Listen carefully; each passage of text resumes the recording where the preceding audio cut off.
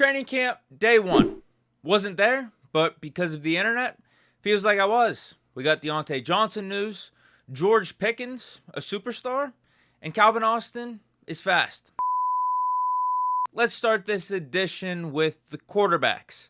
The training camp battle has officially begun. Based off the reports, my conclusion from yesterday is that Mason was the winner, the most steady of the group. Mitch got off to a rocky start and people in the crowd were already clamoring for Pickett.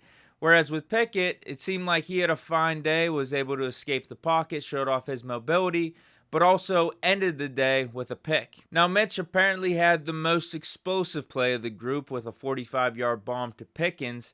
But, as I said, it seemed Mason had the steadiest hand, he had the best completion percentage, and was 4 of 4 on the third down scenarios. Is this Mason's revenge tour?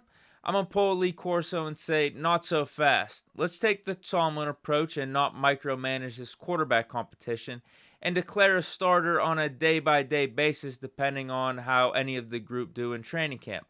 Let's let the rest of camp and also preseason determine that. And now that that's out of the way, is George Pickens wide receiver 1. Dude's already making AB type catches and was put as the starting outside receiver in the air portion of practice with Claypool playing in the slot. But I'm actually really excited about this, and I think Claypool should be too, because I think Pickens has the potential to be more dynamic on the outside anyway.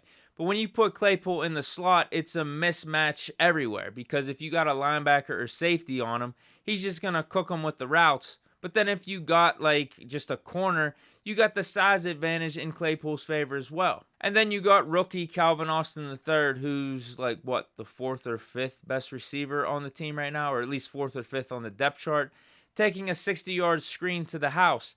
And he said he didn't even put it in full speed. I would say I got out, but I didn't even put on the afterburners. If somebody was closer, I had another gear or two left for sure. Yes, right now, tons of excitement in the wide receiver room. But unfortunately, with this type of excitement, also comes disappointment and sadness.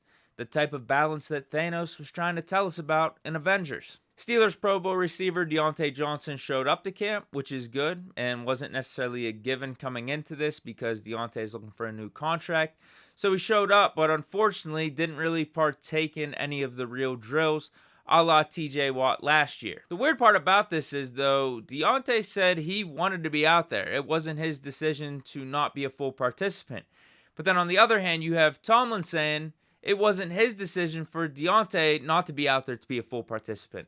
Who's deciding this? Is it one of those things where TV stations, usually before a Super Bowl, have some type of gimmick, like have a dolphin pick the Super Bowl winner?